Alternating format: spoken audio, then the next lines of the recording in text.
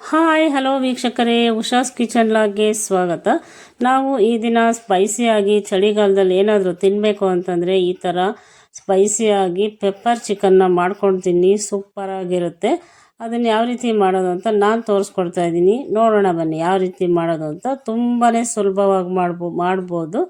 ಅದಕ್ಕೆ ಮಸಾಲೆನ ಫ್ರೈ ಮಾಡ್ಕೊಳ್ಳೋಣ ಬನ್ನಿ. ಇಲ್ಲಿ 1 ಸ್ಪೂನಷ್ಟು ಮೆಣಸುಕಾಳನ್ನ ತೊಗೊಂಡಿದ್ದೀನಿ, 1/4 ಸ್ಪೂನಷ್ಟು ಜೀರಿಗೆ ತೊಗೊಂಡಿದ್ದೀನಿ, ಮತ್ತು 1 ಸ್ಪೂನಷ್ಟು ಧನಿಯಾ ಕಾಳನ್ನ ತೊಗೊಂಡಿದ್ದೀನಿ. ಇವು ಮೂರನ್ನು ಒಂದು ಬಾಣಲೆಗೆ ಹಾಕ್ಬಿಟ್ಟು ಸ್ವಲ್ಪ ಫ್ರೈ ಮಾಡ್ಕೊಳ್ಳಿ. ಜಾಸ್ತಿ ಫ್ರೈ ಮಾಡೋಕ್ಕೆ ಹೋಗಬೇಡಿ, ಸ್ವಲ್ಪ ಮಾಡ್ಕೊಳ್ಳಿ. ತುಂಬಾ ಜಾಸ್ತಿನೂ ಫ್ರೈ ಮಾಡೋಕ್ಕೆ ಹೋಗಬೇಡಿ. ನೋಡಿ, ಇವಾಗ ಇಷ್ಟು ಸಾಕು ಮಾಡ್ಕೊಂಡಿದ್ದೀನಿ, ಫ್ರೈ ಮಾಡ್ಕೊಂಡಿದ್ದೀನಿ. ಈಗ ಇದನ್ನು ನೀವು ಮಿಕ್ಸಿ ಮಾಡ್ಕೋಬೇಡಿ. ಕಲ್ಲಲ್ಲಿ ಈ ಥರ ಒಳಕಲ್ಲು ಥರ ಕಲ್ಲಿರುತ್ತಲ್ವ, ಆ ಥರ ಕಲ್ಲಲ್ಲಿ ಹಾಕಿಬಿಟ್ಟು ನೀವು ಇದನ್ನು ಸ್ವಲ್ಪ ಪುಡಿ ಮಾಡ್ಕೊಳ್ಳಿ. ಕಲ್ಲಲ್ಲಿ ನೋಡಿ ಈ ಥರ ಒಳಕಲ್ಲು ಥರ ಇರುತ್ತಲ್ವ, ಅದರಲ್ಲಿ ಈ ಥರ ಜಜ್ಕೊಳ್ಳಿ. ಪೌಡ್ರ್ ಥರ ಆಗುತ್ತೆ. ತುಂಬಾ ಚೆನ್ನಾಗಿ ಇರುತ್ತೆ. ಈ ಥರ ಮಾಡೋದ್ರಿಂದ ಒಳ್ಳೆ ಟೇಸ್ಟು ಕೊಡುತ್ತೆ. ನೋಡಿ, ಇವಾಗ ನಾನು ಮಾಡ್ಕೊಂಡಿದ್ದೀನಿ. ಮಿಕ್ಸಿಲಿ ಮಾಡ್ಕೊಳೋದಕ್ಕಿಂತ ಈ ಥರ ಕಲ್ಲಲ್ಲಿ ಮಾಡಿಕೊಂಡ್ರೆ ಒಳ್ಳೆ ಟೇಸ್ಟ್ ಇರುತ್ತೆ. ಈಗ ಬಾಣಲಿಗೆ ಒಂದು 4-5 ಸ್ಪೂನಷ್ಟು ಎಣ್ಣೆ ಹಾಕ್ತಾಯಿದ್ದೀನಿ, ಮತ್ತು ಅದ್ರ ಜೊತೆಗೆ 1 ಸ್ಪೂನ್ ತುಪ್ಪ ಕೂಡ ಹಾಕ್ತಾಯಿದ್ದೀನಿ. ತುಪ್ಪ ಹಾಕೋದ್ರಿಂದ ಫ್ಲೇವರ್ ತುಂಬಾ ಚೆನ್ನಾಗಿರುತ್ತೆ. ಈಗ ನಾನು ಒಂದು 2 ಈರುಳ್ಳಿನ ತೆಳ್ಳಗೆ ಹೆಚ್ಕೊಂಡಿದ್ದೀನಿ. ಈ ಥರ ಮೀಡಿಯಮ್ ಸೈಜು 2 ಈರುಳ್ಳಿ ಆದರೆ ಸಾಕು. ನೋಡಿ, ಇವಾಗ ಎಣ್ಣೆಗೆ ಹಾಕ್ತಾಯಿದ್ದೀನಿ. ಎಣ್ಣೆಗೆ ಹಾಕ್ಬಿಟ್ಟು ಸ್ವಲ್ಪ ಫ್ರೈ ಮಾಡ್ಕೊಳ್ಳಿ. ಸ್ವಲ್ಪ ಫ್ರೈ ಮಾಡಿಕೊಂಡ್ರೆ ಸಾಕು, ಹಸಿ ವಾಸನೆ ಎಲ್ಲ ಹೋಗಬೇಕು. ಇದು ಇವಾಗ 1 ಸ್ಪೂನಷ್ಟು ಶುಂಠಿ ಬೆಳ್ಳುಳ್ಳಿ ಪೇಸ್ಟ್ ಹಾಕ್ತಾಯಿದ್ದೀನಿ. ಶುಂಠಿ ಬೆಳ್ಳುಳ್ಳಿ ಪೇಸ್ಟ್ ಹಾಕೋದ್ರಿಂದ ಟೇಸ್ಟು ತುಂಬಾ ಚೆನ್ನಾಗಿರುತ್ತೆ. ನಾವೀಗ ಏನಾದರೂ ಮನೆಯಲ್ಲಿ ಬೇಳೆ ಸಾಂಬಾರು ಅನ್ನ ಮಾಡಿದರೆ ಅದ್ರ ಜೊತೆ ಈ ಥರ ಚಿಕನ್ ಮಾಡ್ಕೊಂಡು ತಿನ್ನಿ, ಸಕ್ಕತ್ತಾಗಿರುತ್ತೆ. ಒಳ್ಳೆ ಟೇಸ್ಟು ಕೂಡ, ಸ್ಪೈಸಿ ಆಗಿರುತ್ತೆ. ಸ್ವಲ್ಪ ಅನ್ನ ತಿನ್ನೋರು 2 ಸಲ ಅನ್ನ ಹಾಕ್ಸ್ಕೊಂಡು ಊಟ ಮಾಡ್ತಾರೆ. ನೆಂಚ್ಕೊಳ್ಳೋದಕ್ಕೆ ತುಂಬಾ ಚೆನ್ನಾಗಿರುತ್ತೆ. ಸ್ವಲ್ಪ ಕರಿಬೇವಿನ ಸೊಪ್ಪನ್ನ ಹಾಕಿದ್ದೀನಿ. ಈಗ ಒಂದು ಅರ್ಧ kg ಚಿಕನ್ ತೊಗೊಂಡಿದ್ನಲ್ಲ, ಅದನ್ನು ಹಾಕಿಬಿಟ್ಟು ಸ್ವಲ್ಪ ಫ್ರೈ ಮಾಡ್ಕೊಳ್ಳಿ. ಇದೆಲ್ಲ ಸ್ವಲ್ಪ ನೀರೆಲ್ಲ ಹೀರ್ಬಿಟ್ಟು ಇದು ನೀರೆಲ್ಲ ಬಿಟ್ಕೊಂಡು ಸ್ವಲ್ಪ ಹಸಿ ವಾಸನೆ ಎಲ್ಲ ಹೋಗಬೇಕು.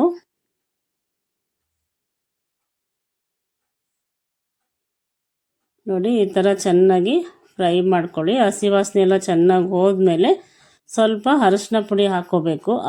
ಅರಿಶಿನ ಪುಡಿ ಹಾಕಿದ್ಮೇಲೆ ಹಸಿ ಸ್ಮೆಲ್ಲೆಲ್ಲ ಹೋಗುತ್ತೆ. ಅದಕ್ಕೋಸ್ಕರ ಸ್ವಲ್ಪ ಅರಿಶಿನ ಪುಡಿ ಹಾಕ್ಕೊಂಡು ಅದು ಸ್ವಲ್ಪ ನೀರು ಬಿಟ್ಕೋಬೇಕು. ಇವಾಗ ಸ್ವಲ್ಪ ಒಂದು ಹಸಿ ಮೆಣಸಿನ್ಕಾಯಿ ಮತ್ತು ಒಂದು ಬ್ಯಾಡಗಿ ಮೆಣಸಿನ್ಕಾಯಿ ಹಾಕ್ಕೊಂಡಿದ್ದೀನಿ.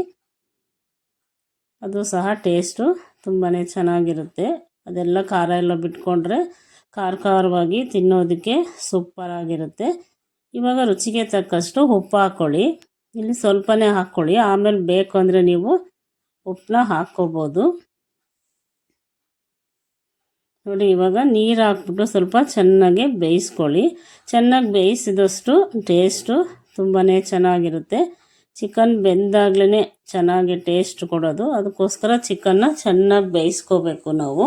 ಆವಾಗ ರುಚಿಯಾಗಿರುತ್ತೆ ತಿನ್ನೋದಕ್ಕೆ. ಉಪ್ಪು ಖಾರ ಎಲ್ಲ ಚೆನ್ನಾಗಿ ಇಟ್ಕೊಂಡಿರುತ್ತೆ. ಇವಾಗ ನೋಡಿ, 3/4 ಭಾಗ ಬೆಂದಿದೆ. ಈಗ ಚೆನ್ನಾಗಿ ಬೆಂದಿದೆ, 3/4 ಭಾಗ ಬೆಂದಿದೆ. ಉಪ್ಪು ಎಲ್ಲ ಚೆನ್ನಾಗಿ ಇಟ್ಕೊಂಡಿದೆ ಇವಾಗ ಚಿಕನ್ನಿಗೆ. ಇವಾಗ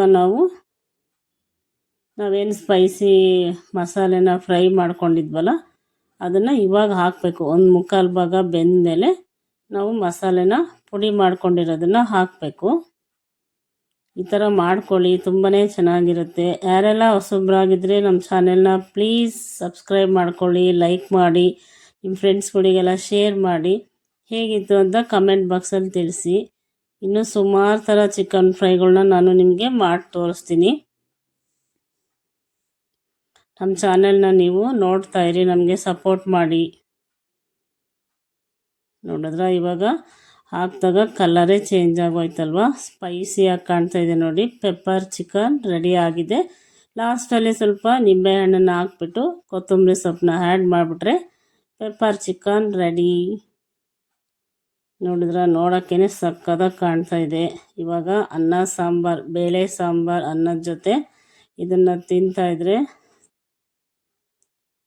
ಸ್ವಲ್ಪ ಊಟ ಮಾಡೋರು ಜಾಸ್ತಿ ಊಟ ಮಾಡ್ತಾರೆ. ಮಕ್ಕಳು ಕೂಡ ತುಂಬಾ ಇಷ್ಟಪಟ್ಟು ತಿಂತಾರೆ. ಸೂಪರಾಗಿರುತ್ತೆ. ನಿಮಗೆ ಇನ್ನೂ ಸ್ಪೈಸಿ ಬೇಕು ಅಂದರೆ ಇನ್ನೂ ಅರ್ಧ ಸ್ಪೂನ್ ಮೆಣಸನ್ನ ಹಾಕಿಬಿಟ್ಟು ಫ್ರೈನ ಮಾಡಿಕೊಂಡು ಕುಟ್ಕೊಂಡು ಈ ಥರ ಮಸಾಲೆನ ಹಾಕ್ಕೊಳ್ಳಿ. ನೋಡಿದ ತಕ್ಷಣ ಒಂದು ಲೈಕ್ ಕೊಡಿ. Thank you for watching this video.